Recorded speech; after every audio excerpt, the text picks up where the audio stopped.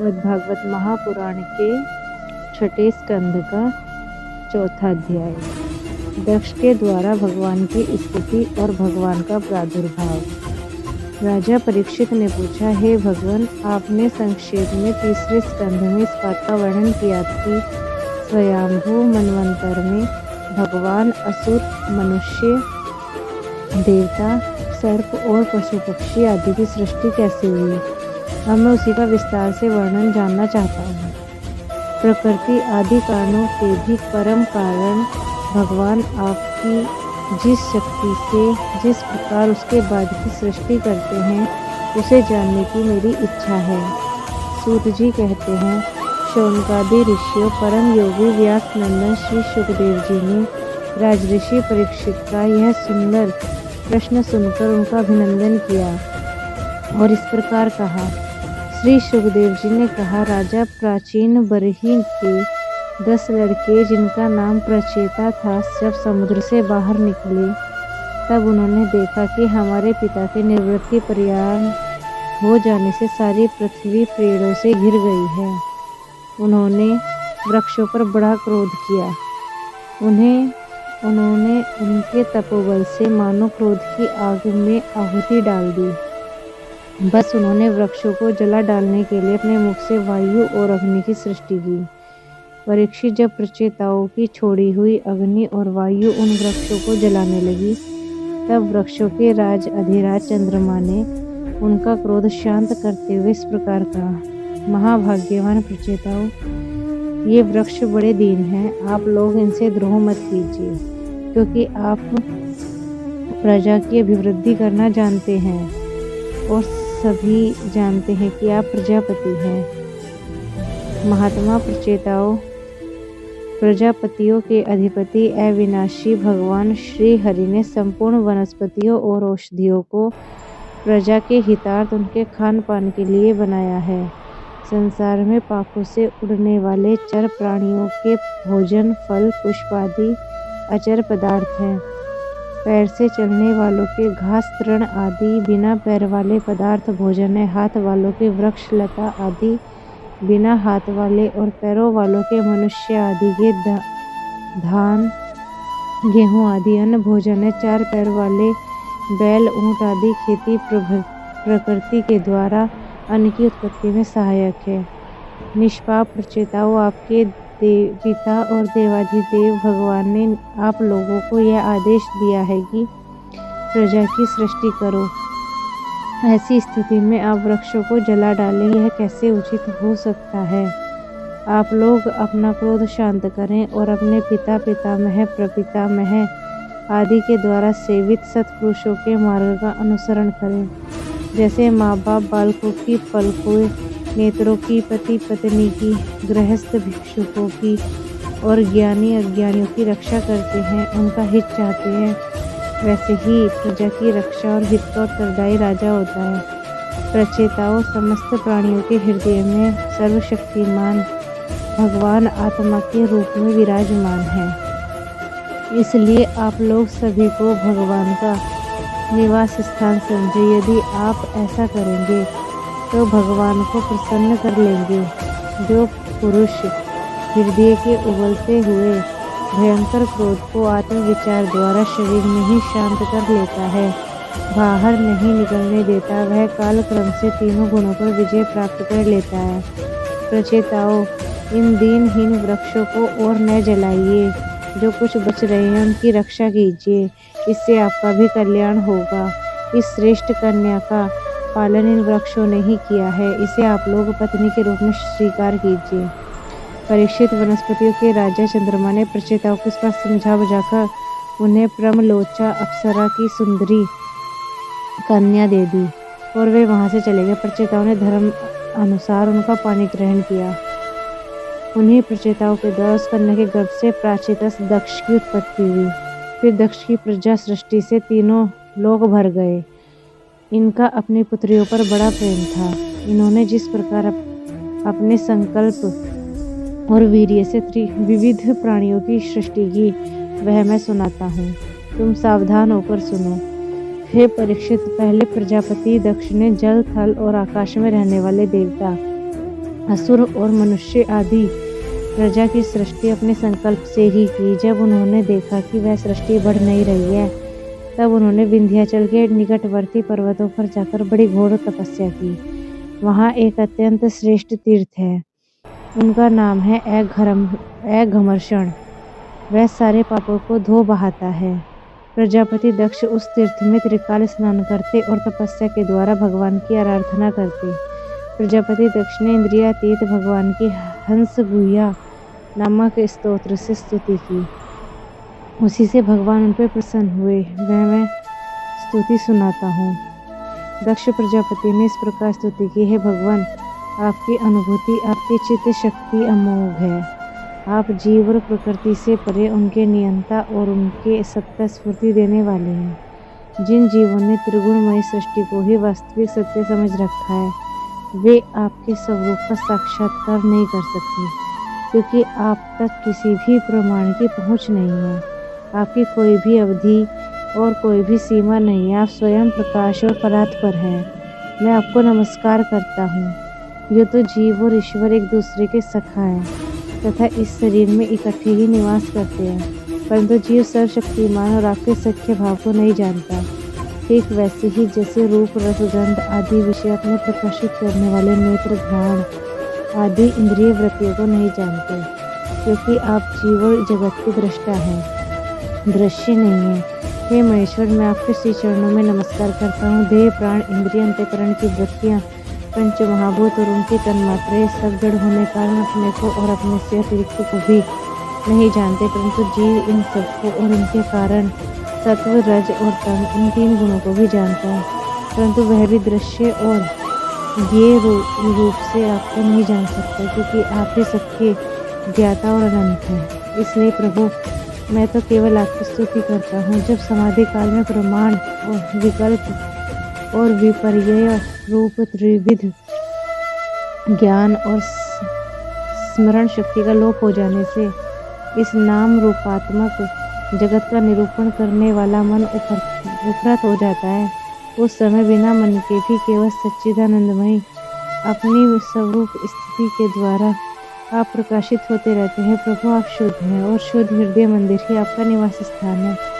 आपको मेरा नमस्कार है। जैसे याज्ञिक लोग काष्ठ में छिपे हुए अग्नि को संमिधेनी नामक के 15 मंत्रों के द्वारा प्रकट करते हैं, वैसे ज्ञानी पुरुष अपनी 27 शक्तियों के द्वारा भीतर गूढ़ भाव से छिपे हुए आपको अपनी शुद्ध बुद्धि के हृदय में ही ढूंढ निकालते हैं। जगत में जितनी भिन्न मात्राएं दिखाई पड़ती हैं, वे सब माया की ही हैं। माया का निषेध कर देने पर केवल परम सुख के लिए साक्षात्कार रूप आप ही अवशेष रहते हैं, परंतु जब विचार करने लगता है तब आपके स्वरूप में माया की उपलब्धि का निर्वचन नहीं हो सकता। अतः माया आप ही हैं। अतः सारे नाम आपके, सारे रूप हैं आपके। प्रभु, आप मुझे पे प्रसन्न होइए और मुझे आत्म प्रसाद से परिपूर्ण कर दीजिए। प्रभु, जो कुछ वाणी से कहा जाता है और जो कुछ मन, बुद्धि और इंद्रियों से ग्रहण किया जाता है, वह सब आपका स्वरूप नहीं है, क्योंकि वह तो गुण रूप है और आप गुणों की उत्पत्ति और प्रलय के अधिष्ठान हैं। आप में केवल उनकी प्रतीति मात्र है। हे भगवान, आप में ये सारा जगत स्थित है, आपसे ही निकला है और आपने और किसी के सहारे अपने आप से ही इसका निर्माण किया है। यह आपका ही है और आपके लिए ही है। आप ही बनने वाले हैं, आप ही बनाने वाले हैं। इस रूप में बनने वाले भी आप हैं, बनाने वाले भी आप हैं, बनने बनाने की विधि भी आप हैं। आप ही सबसे काम लेने वाले हैं। जब कार्य और कारण का भेद नहीं था, तब भी आप स्वयं सिद्ध स्वरूप से स्थित थे। इसी से आप सबके कारण हैं। सच्ची बात भी है कि आप जीव जगत के भेद से और स्वगत भेद से सर्वथा रहित एक अद्वितीय हैं। आप स्वयं ब्रह्मा हैं। आप मुझ पर प्रसन्न हो जाइए। प्रभु, आपकी ही शक्तियाँ वादी प्रतिवादियों के विवाद और संवाद का एकमत विषय होती हैं, बार बार मुँह में डाल दिया जाता है। और आप अनंत अप्राकृत कल्याण गुणगणों से युक्त और स्वयं अनंत हैं। मैं आपको नमस्कार करता हूँ। हे भगवान, उपासक लोग कहते हैं कि हमारे प्रभु हस्त पाद आदि से युक्त साकार विग्रह हैं और सांख्यवादी कहते हैं कि भगवान हस्तपाद आदि विग्रह से रहित निराकार है। यद्यपि इस प्रकार के वे केवल एक वस्तु के ही दो परस्पर विरोधी धर्मों का वर्णन करते हैं, परंतु फिर भी उनमें विरोध नहीं है, क्योंकि दोनों एक ही परम वस्तु में स्थित हैं। बिना आधार के हाथ पैर का होना संभव नहीं है, और निषेध की भी न कोई अवधि होनी चाहिए। आप वही आधार और निषेध की अवधि हैं। इसलिए आप साकार और निराकार दोनों से ही अविरुद्ध संप्रब्रह्मा हैं। हे प्रभु, आप अनंत हैं। आपका न तो कोई प्राकृत नाम है, न ही कोई प्राकृत रूप है।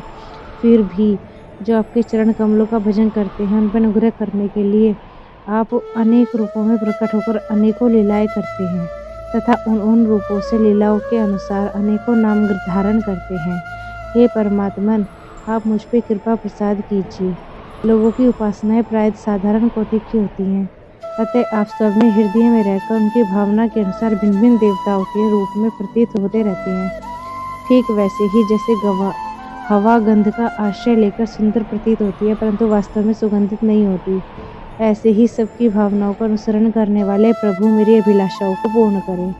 श्री सुखदेव जी कहते हैं, हे परीक्षित, विंध्याचल के घमर्षण तीर्थ में प्रजापति दक्ष ने इस प्रकार की स्तुति की। तब भक्तवत्सल भगवान उनके सामने प्रकट हुए। उस समय भगवान गरुड़ के कंधों पर चरण रखे हुए थे। विशाल व हष्टपुष्ट 8 भुजाएं थी। उनमें चक्र, शंख, तलवार, ढाल, बाण, धनुष, पाश और गदा धारण किए हुए थे। वर्षाकालीन मेघ के समान श्यामल शरीर पर पीतांबर फहरा रहा था। मुखमंडल प्रफुल्लित था। नेत्रों से प्रमाद की वर्षा हो रही थी। घुटनों तक वनमाला लटकी हुई थी।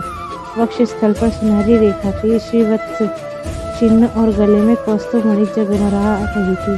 बहुमूल्य किरीट, कंगन, मकराकृत कुंडल, करधनी, अंगूठी, कड़े नुपुर और बाजूबंद अपने अपने स्थान पर सुशोभित थे। त्रिभुवनपति भगवान ने त्रैलोक्य विमोहन रूप धारण कर रखा था। नारद, नंद, सुनंद आदि पार्षद उनके चारों ओर खड़े थे। इंद्र आदि देवेश्वर गण स्तुति कर रहे थे, तथा सिद्ध, गंधर्व और चारण भगवान के गुणगान कर रहे थे। यह अत्यंत आश्चर्यमय और अलौकिक रूप देखकर दक्ष प्रजापति उस सहम से गए। प्रजापति दक्ष ने आनंद से भरकर भगवान के चरणों में साष्टांग प्रणाम किया। जैसे चरणों के जल से नदियां भर जाती है, वैसे परमानंद के उद्रेक से उनकी एक एक इंद्रियां भर गई और आनंद के परवश हो जाने के कारण वे कुछ भी बोल नहीं पा रहे थे। हे परीक्षित, प्रजापति दक्ष अत्यंत नम्रता से झुककर भगवान के सामने खड़े हो गए। भगवान सबके हृदय की बात जानते ही हैं। उन्होंने दक्ष प्रजापति की भी भक्ति और प्रजा वृद्धि की कामना देखते उनसे कहा। श्री भगवान जी बोले, हे परम भाग्यवान दक्ष, अब तुम्हारी तपस्या सिद्ध हो गई है, क्योंकि मुझ पर श्रद्धा करने से तुम्हारे हृदय में मेरे प्रति परम प्रेम का भाव उदय हो गया है। हे प्रजापति, तुमने इस विश्व की वृद्धि के लिए तपस्या की है, इसलिए मैं तुम पे प्रसन्न हूँ, क्योंकि यह मेरी इच्छा है कि जगत के सभी प्राणी अभिवृद्ध और समृद्ध हों। ब्रह्मा, शंकर, तुम्हारे जैसे प्रजापति, स्वयंभू आदि, मनु तथा इंद्रादि देवेश्वर, ये सब मेरी ही विभूतियाँ हैं और सभी प्राणियों की अभिवृद्धि करने वाले हैं। हे ब्राह्मण, तपस्या मेरा हृदय है, विद्या शरीर है, कर्म आकृति है, यज्ञ अंग है, धर्म मन है और देवता प्राण है। जब यह सृष्टि नहीं थी तब भी मैं था, जब निष्क्रिय वह भी निष्क्रिय रूप में, बाहर भीतर कहीं भी और कुछ नहीं था, न तो दृष्टा था न दृश्य, मैं केवल ज्ञान स्वरूप और अव्यक्त था।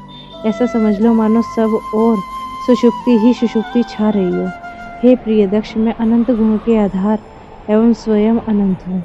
जब गुणी माया के शोभ से यह ब्रह्मांड शरीर प्रकट हुआ, तब इसमें अयोनिज आदि पुरुष ब्रह्मा उत्पन्न हुए। तब मैंने उनमें शक्ति और चेतना का संचार किया। तब देव शिरोमणि ब्रह्मा सृष्टि करने के लिए उद्यत हुए, परंतु उन्होंने अपने सृष्टि कार्य में खुद को असमर्थ पाया। उस समय मैंने उन्हें आज्ञा दी कि तप करो। तब उन्होंने घोर तपस्या की। उस तपस्या के प्रभाव से पहले पहल तुम 9 प्रजापतियों की सृष्टि की।